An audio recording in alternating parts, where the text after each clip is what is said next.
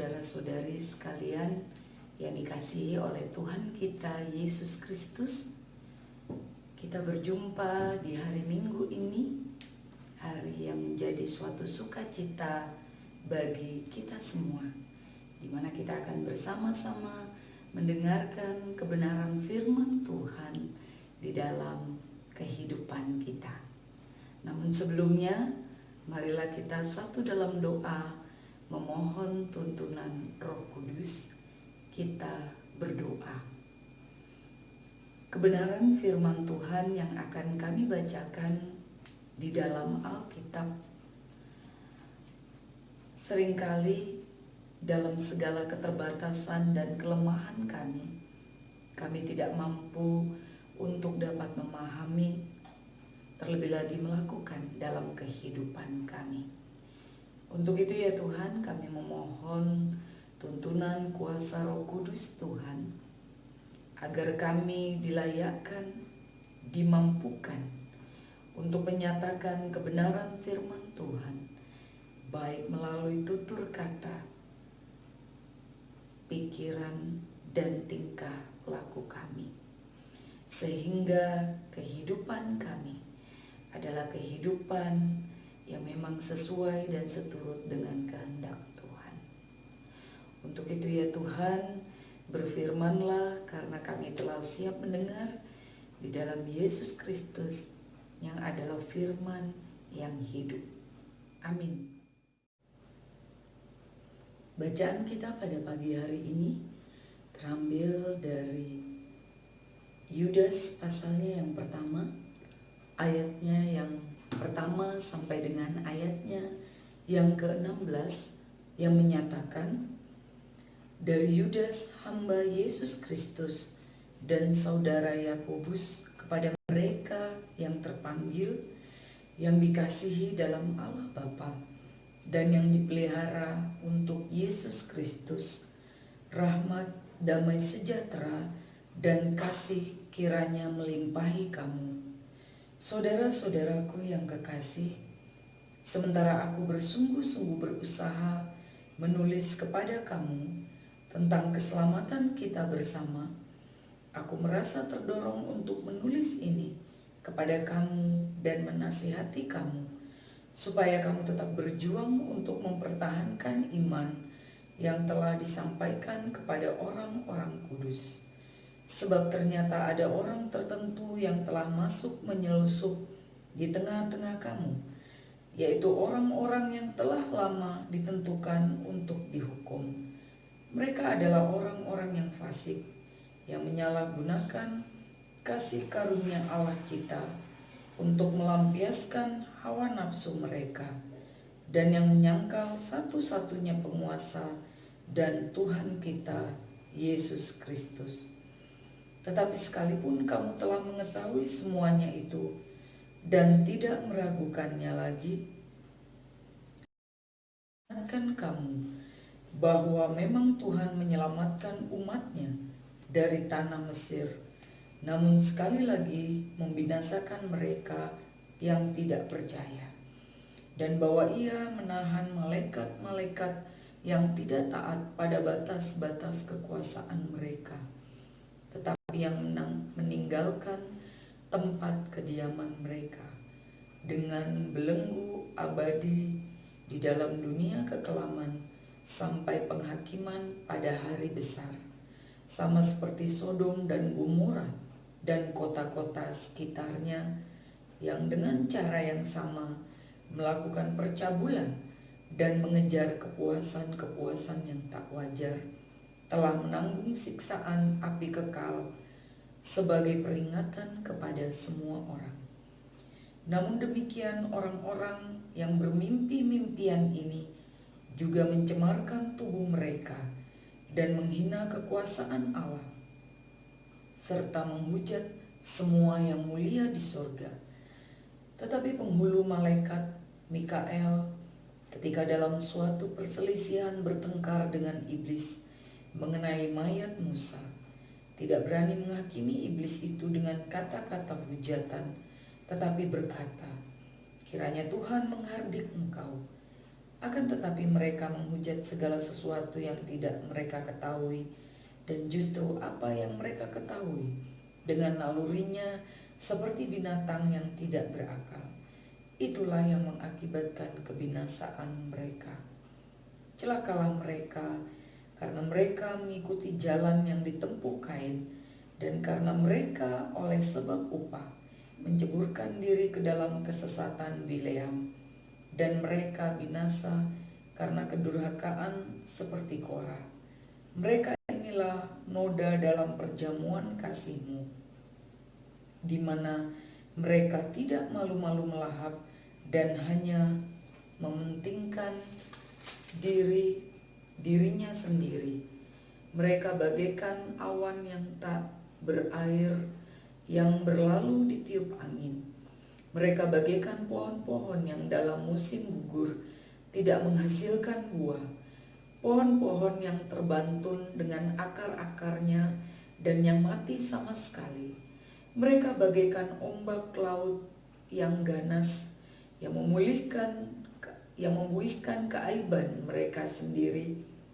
Mereka bagaikan bintang-bintang yang baginya telah tersedia tempat di dunia kekelaman untuk selama-lamanya.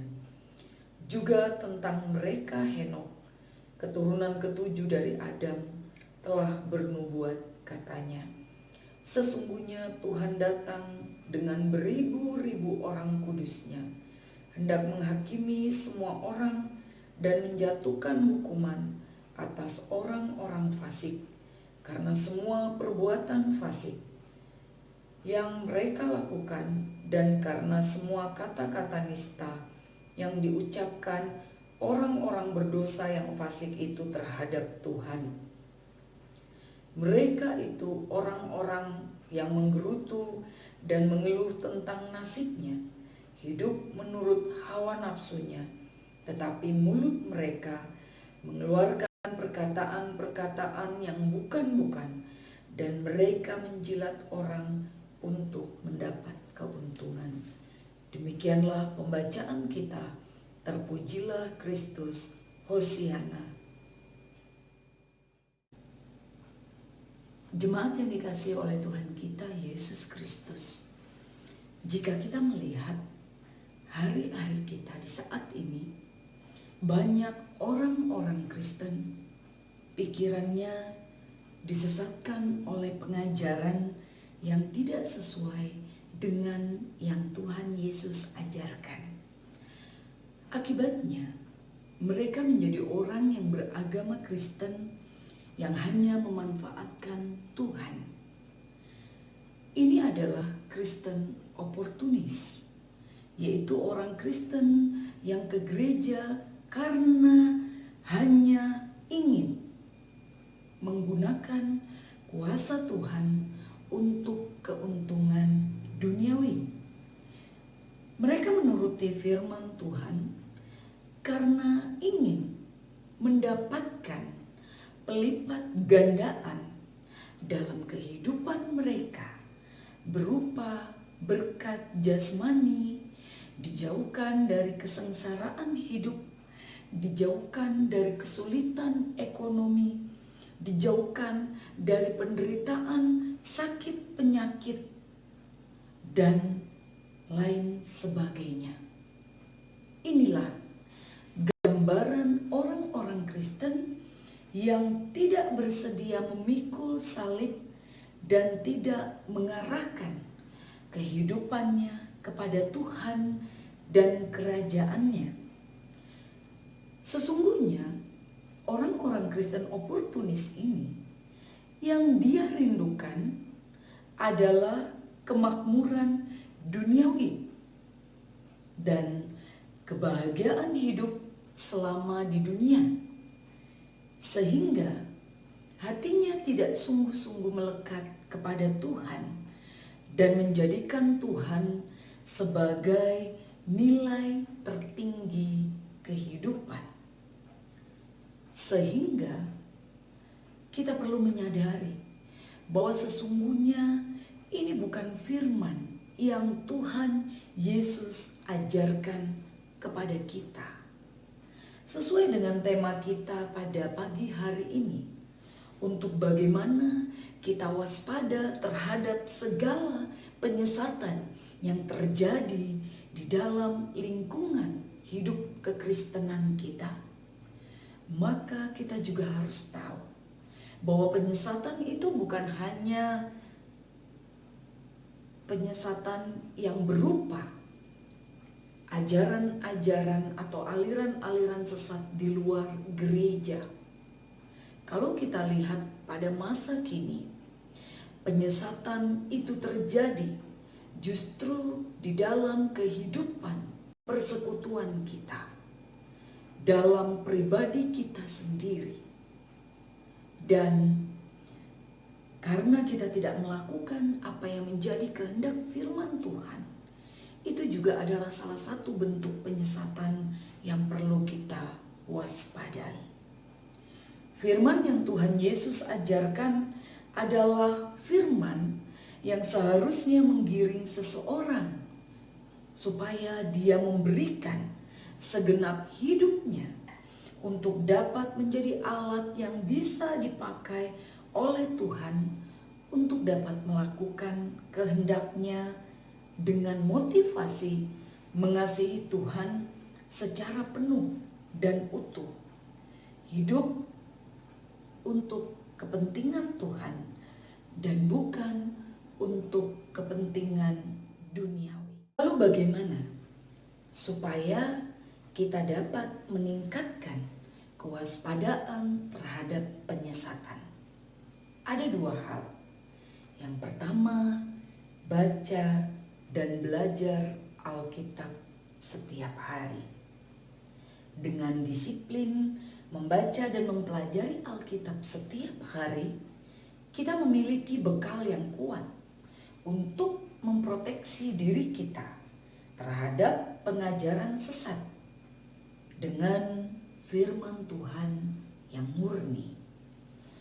Salah satu survei yang dilakukan oleh George Barna dari Barna Research mengatakan bahwa 82% orang Kristen di Amerika, yang tentunya juga tidak jauh berbeda dengan keadaan di Indonesia, itu mengalami yang disebut dengan Bible illiterate, yaitu keadaan di mana kita memiliki Alkitab. Kalau saya tanyakan kepada Bapak, Ibu, Saudara-saudari sekalian, siapa yang memiliki Alkitab? Pasti kita semua punya. Bahkan bukan cuma satu. Dalam suatu keluarga bisa punya 2 atau 3 Alkitab. Tapi persoalannya adalah apakah kita suka membaca Alkitab tersebut? Bible illiterate artinya kita memiliki Alkitab, tetapi kita tidak suka membaca Alkitab. Mereka yang mengalami kebutaan Alkitab terancam tidak bisa menguji atau menilai apakah pengajaran yang mereka dengar itu Alkitabiah atau tidak. Dan ketika kita memiliki Alkitab tetapi kita tidak suka membaca, maka akan menjadikan kita pada posisi di mana kita semakin jauh dari kebenaran. Dan hal yang kedua, bagaimana kita dapat meningkatkan kewaspadaan terhadap penyesatan yang ada. Jangan kita menjadi gereja yang tertidur. Dalam Matius 13 ayat 25, di situ dikatakan bahwa tetapi pada waktu semua orang tidur, datanglah musuhnya menaburkan benih lalang di antara gandum itu, lalu pergi. Ajaran Alkitab yang benar juga akan mengarahkan hidup seseorang memiliki kesediaan memikul salib atau penderitaan hidup yang diakibatkan karena kita menjadi saksi Kristus, di mana kita menyatakan hidup di dalam kasih dan kebenaran Injil, di mana kita tidak menyayangkan nyawa kita di dalam melakukan kehendak Tuhan dengan sempurna, dan kita melepaskan segala ikatan-ikatan percintaan dunia atau perkara-perkara duniawi, agar hidup kita dimiliki oleh Tuhan seutuhnya. Jemaat yang dikasihi oleh Tuhan kita Yesus Kristus, kalau kita melihat iblis berusaha menghambat pertumbuhan rohani orang-orang Kristen dengan menghujani kita melalui kesibukan hidup dan berbagai tawaran keindahan, kelimpahan berkat jasmani, supaya perhatian kita dapat dialihkan dari memperhatikan kebenaran firman Tuhan yang seharusnya berguna bagi pertumbuhan iman, yang seharusnya di mana iman kita terus bertumbuh untuk dapat lebih mengenal Tuhan dan kehendak-Nya. Penyesatan juga terjadi dalam hidup orang-orang Kristen yang sudah bertobat dan mereka yang berniat bersungguh-sungguh mau menggiring Tuhan dengan segala komitmen yang kuat untuk melayani Tuhan. Kelompok ini juga tidak bebas dari yang namanya penyesatan. Iblis akan melancarkan serangannya secara halus dan intensif guna menjatuhkan mereka. Dan iblis akan menggunakan sarana serta saluran, di antaranya kekecewaan dan kepahitan terhadap saudara seiman atau orang-orang yang dekat dengan kita, suami, istri, anak-anak, orang tua, saudara bersaudara, bahkan juga sesama pelayan-pelayan Tuhan di tengah-tengah persekutuan. Sarana ini sangat efektif untuk menghentikan laju perjalanan hidup kekristenan yang kita miliki, dan bukan suatu isapan jempol jika kita melihat dalam kenyataannya terbukti banyak anak-anak Tuhan yang tersandung dan akhirnya meninggalkan Tuhan. Tidak hanya berhenti sampai di situ, kita dengan kelemahan daging yang dimiliki, kita bisa jatuh dalam berbagai-bagai kesombongan diri melalui kekayaan, kepintaran, kerohanian, dan lain sebagainya.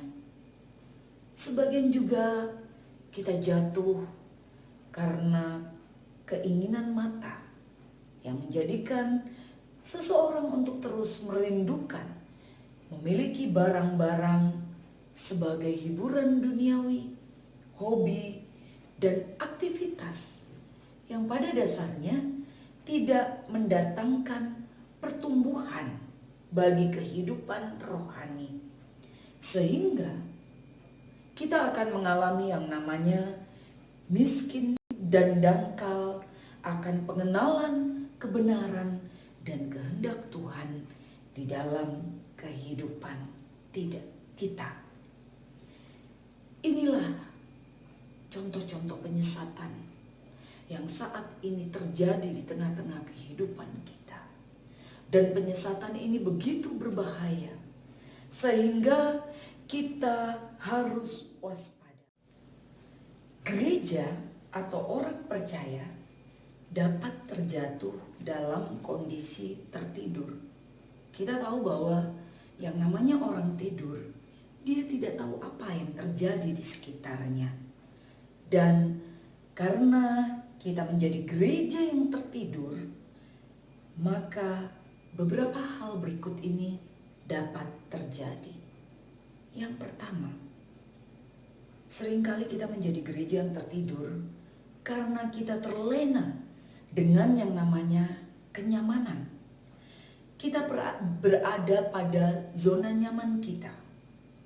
Kondisi yang nyaman, rasa diberkati, mabuk kemenangan. Sehingga akhirnya kita tertidur. Kemudian yang kedua, mengapa kita jangan jadi gereja yang tertidur? Agar kita tidak mengalami kelelahan. Diakibatkan karena terlalu banyak aktivitas atau program semata yang tidak membuat kita justru semakin dekat dengan Tuhan Yesus. Aktivitas kita sebagai warga jemaat, sebagai para pelayan-pelayan Tuhan. Kalau kita lihat dalam seminggu, berapa banyak waktu yang kita berikan untuk segala aktivitas-aktivitas kerohanian kita. Kegiatan-kegiatan ibadah-ibadah, pelkat, latihan-latihan, paduan suara, kantoria, persiapan presbiter, dan kegiatan-kegiatan yang ada di tengah-tengah jemaat kita atas nama pelayanan. Tetapi aktivitas itu kita lakukan hanya menjadi suatu kewajiban atau rutinitas, sehingga akhirnya yang terjadi adalah kita mengalami kelelahan. Dan ketika kita mulai lelah, maka fase berikutnya yang akan timbul adalah kita mengalami kejenuhan. Menjalankan segala sesuatu termasuk rutinitas kehidupan rohani itu hanya menjadi suatu rutinitas belaka. Kita tidak lagi on fire. Semuanya kita kerjakan menjadi suatu beban. Pelayanan yang kita berikan pada akhirnya berujung pada kelelahan, pada suatu kejenuhan, pada suatu titik di mana akhirnya kita merasa tidak mendapatkan apa-apa.